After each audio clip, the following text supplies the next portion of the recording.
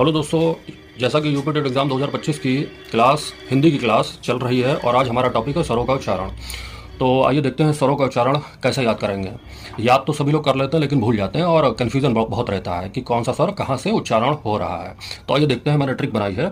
तो स्वर जो होते हैं वो 11 स्वर होते हैं, जिसमें से 4 हास्य स्वर होते हैं और 7 जो हैं वो दीर्घ स्वर होते हैं।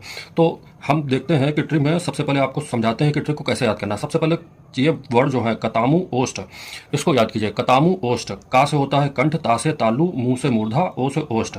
और इसके ठीक सामने का के सामने छोटा आ बड़ा लिख लीजिए और ता के सामने छोटी बड़ी लिख लीजिए और मुंह मुंह के सामने लिखिए ऋण। और दीर्घ स्वर में यहाँ पे कोई नहीं होता, डैश बनाना है और ओष्ठ के सामने छोटे ओ बड़ो लिखिए।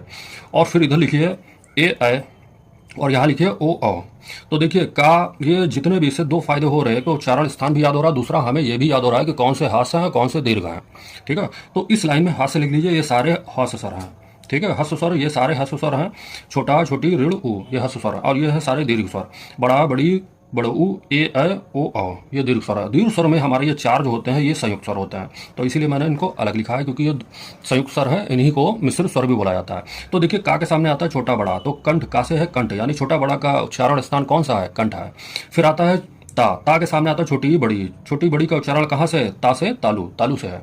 और आता है मुंह, मुंह के सामने आता है ऋण, ऋण का उच्चारण कहाँ से होता है, तो मुंह का मतलब है मूर्धा, तो यानी कि ऋण का उच्चारण मूर्धा से होता है। फिर आता है ओष्ठ, ओष्ठ के सामने आता है छोटो बड़ो, छोटो बड़ो का उच्चारण कहाँ से है, तो ओष्ठ से है, यानी कि होठों से है।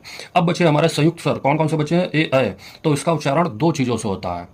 तो एक है कंठ और दूसरा है तालु। कंठ तालु से उच्चारण ए ऐ का होता है और ओ औ, इसका उच्चारण कंठ ओष्ठ से होता है। और ये हमारे 4 जो हैं ये संयुक्त स्वर हैं, तो ये ध्यान रखिएगा। और एक इंपॉर्टेंट बात, सभी स्वर यानी कि 11 स्वर जो होते हैं सभी स्वर सघोष होंगे और अल्प प्राण होते हैं।